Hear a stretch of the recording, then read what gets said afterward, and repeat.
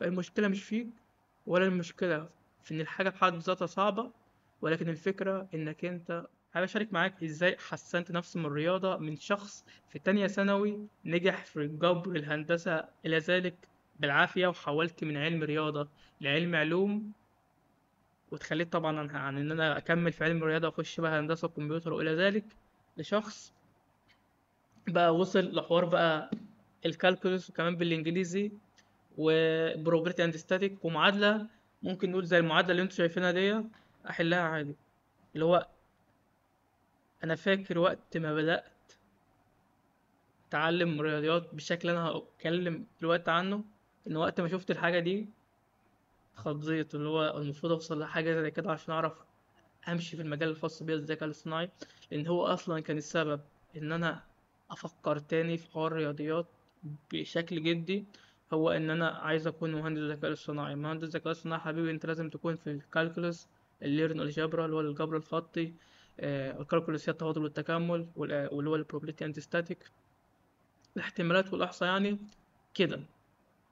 المهم، فالموضوع بدأ إن أنا بصيت لنفسي بنفس الشكل اللي بصيت في البرمجة. يعني أنا بالنسبة لي وقت ما كان دنيتي اتحسنت شوية في البرمجة، أو كنت بواجه مشاكل في بعض الحاجات البرمجية، كان بيكون السبب إن أنا كان عندي مشكلة في الأساسيات.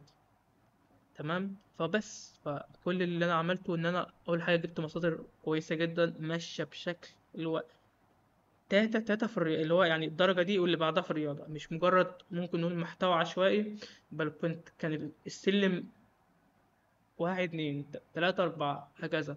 عايز الكتب هسيب التواصل اللي هو رابط التواصل الخاص بيا تليجرام، واتواصل معاه وابعت لك الكتب كده يعني. المهم، خلينا نرجع. فبدأت في كتاب بري الجبرا اللي هو ذا ارت اوف بروبلم سولفينج، وبدأت أمشي واحدة واحدة واحدة واحدة لحد ما أنا فاكر، لحد ما دخلت طبعا على introduction to الجبرا. فاكر المعادلات اللي هي كانت بتواجهني، المعادلات اللي ممكن تقريبا المعادلات العادية اللي هو س زائد خمسة معرفش بس إيه، أكثر تعقيدا شوية، اللي هي كانت عاملة لي مشاكل في الثانوية العامة. أنا حتى اللي هو أنا فاكر اللحظة وقت ما أنا حليت حاجة زي كده، حسيت بانبساط رهيب. المهم، لحد بقى ما فضلت اتقدم متقدم متقدم متقدم متقدم، لحد ما وقت ما انا فهمت التفكير الرياضي شوية، ووصلت وفتحت المعادلة اللي انتوا شايفينها دي، فهمت المعادلة بتتكلم عن ايه. خليني اقول لكم المعادلة دي بتتحل ازاي علشان تفهموها. انا طبعا هشرحها بشكل برمجي، ولكن هتفهموا المعادلة دي بتتحل ازاي. خليني بقى اشرح لكم دي بشكل عملي، لو حوار السيجما مثلا، بحيث انك لو فهمت السيجما دي شكرا على كده انت فهمت اي حاجة فيها سيجما. وعلشان افهمكم بكل بساطة، طبعا هي بتاخد قائمة من الارقام او مجموعة من الارقام، ما بتاخدش رقم واحد. بمعنى خلينا أشرح. لو احنا بصينا مثلا لقائمة الارقام اللي فوق دي، فبكل بساطة هم خمس ارقام.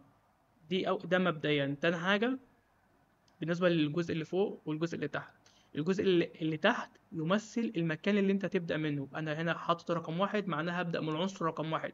حتى لو ده مثلا 51، هنا معناه ان انا لو كنت حاطط هنا واحد، معناه ان انا هبدأ من العنصر رقم واحد. تاني حاجة، العنصر اللي فوق عدد عناصر القائمة اللي هيتعمل على أساسها الجزء اللي على اليمين. المهم، فهنا مثلا واحد اتنين تلاتة أربعة خمسة، فخلاص يبقى هنا موجود رقم خمسة. بعد كده الجنب ده، ونتجاهل العملية دي واي ومش واي، نعتبر إن كمان هتبقى محطوطة هنا، أو ممكن نقول إكس اللي هي تدل على كل عنصر من عناصر المجموعة. فهنا معناها إن بكل بساطة كل عنصر من عناصر المجموعة ارفعه، ركز بقى، ارفعه لأس اتنين، ولكن الحتة الزيادة اجمع بقى المجموع. يعني بمعنى، خلينا نرجع دي لواحد. واحد تربيع، يعني واحد في واحد بواحد، تمام.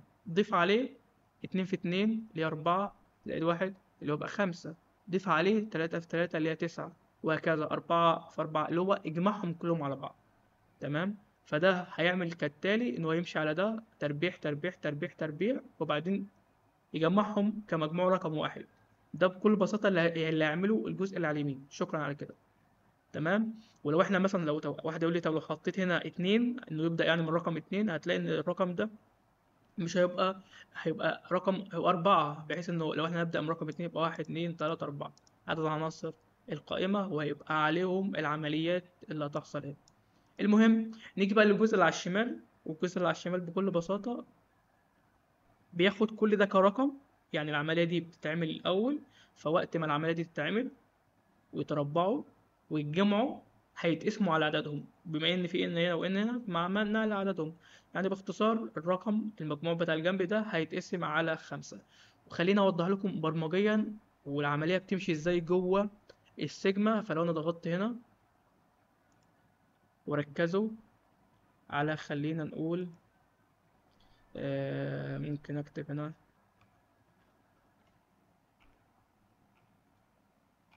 اعمل بس حاجة كده عشان ايه توضح قيمة الاكس. ماشي. اول حاجه ركزوا، الواحد دخل، يعني اعتبر الواحد واحد، شكرا على كده. وقيمه اللي هو مجموع القيمه الخاصه هي الاكس بتبقى بواحد. بعد كده الاتنين وقت ما دخلت بقت 4، واتضافت على الواحد بقت 5. التلاتة دخل فهنا ايه بقى 9، واتضاف بقى 14. 4 بقت 16، اتضافت بقت 30. وبعدين اللي حصل كالتالي 25 اتضافت بقى 55. بعد كده بقى هنا الفكرة اتقسموا على عددهم. طبعا ليه طول اللي هي دي معناها طول الليست. فأنا دولت 5، فخمسة على 55 بكل بساطة 11. فده المختصر. هو ممكن تكون فهمت، ممكن ما تكونش فهمت، ولكن بشكل أو بآخر ده اللي بيحصل جوه مثلا السيجما. الجنب ده بيحصل عليه كمية من العمليات اللي هو اليمين، والجنب الشمال مجموع العمليات دي يعني لو أنا كنت مثلا بدل اسمك هنتضرب كان هيتضرب فيه، وهكذا. فهنا الملخص، وقت ما أنت بتفهم الحاجة بالشكل الصحيح، وقت ما بيبقى قدامك مسألة زي دي، على الرغم من ان انا ممكن اقول لك انا مش عارف هو الواي والواي التانية دي ممكن ازاي، ولكن علشان بس انا فاهم السيجما، انا فاهم ان مش فارقه ايه هي اللي ما بين الاقواس، او مش فارقه ايه هو الجنب اللي على اليمين، ولكن انا عارف ان الجنب اللي على اليمين ده مجموعة الارقام اللي هتخش لي هيحصل عليها كل الحاجات دي كل واحدة على حدة، وبعدين هيتجمعوا. وعارف ان الجنب اللي هو على الشمال هيحصل المجموع النهائي بتاع السيجما. العملية هتتضرب يعني لو كنت حاطط اضربهم في 2، اقسمهم على عددهم، عامل اللي اعمله، تمام. فانا مجرد بس معرفتي الاساس خلاني انطلق في الجزء اللي كان بالنسبه لي مش فيه مشكله. فبالتالي وقت ما انت يبقى عندك مشكله في على فكره في اي حاجه مش الرياضيات بس، اعرف انك انت في جزء من الاساسيات مش واضح لك. فبالتالي انصح انك لو عندك مشكله في الرياضه، عندك مشكله في اي حاجه، تحاول تدور على الاساس. وفي الغالب هيبقى كتب، حلاوة الكتب إنها بتبقى واحدة واحدة. وفي طبعا فرق بين الكتب الأكاديمية البحت اللي بتبقى في الكلية، فرق بين الكتب اللي أشخاص زينا كده اللي هما كاتبينها، بتبقى مترتبة متدرجة من واحد لاتنين لتلاتة لأربعة، بتبقى حتى عارف إيه هي الحاجة الأولى، الحاجة التانية، الحاجة التالتة. على عكس للأسف الفيديوهات اللي بتبقى على اليوتيوب والكورسات اللي على اليوتيوب، نادرا ونادرا بالمعنى الحرفي إنك تلاقي حد متكلم عن الأساسيات بشكل مستفيض وبشكل كامل.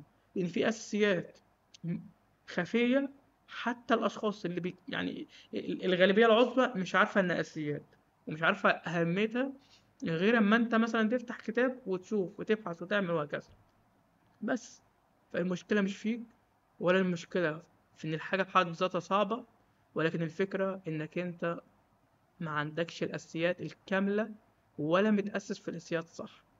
فلو فعلا الموضوع فارق معاك، وزي ما انا مثلا موضوع الرياضيات كان فارق معايا عشان اتعلم الذكاء الاصطناعي، وانت فارق معاك سواء رياضيات او اي حاجة تانية عايز توصل لها، بس عندك مشكلة في منهج معين او مادة معينة، فابحث عن الاساسيات. ممكن تحس إن الموضوع هياخد وقت اكتر، ولكن صدقني وقت ما تعرف الاساسيات وتطلع لفوق هتلاقي نفسك بقيت اسرع واسرع واسرع بشكل هتتفاجئ بيه زي ما انا اتفاجئت.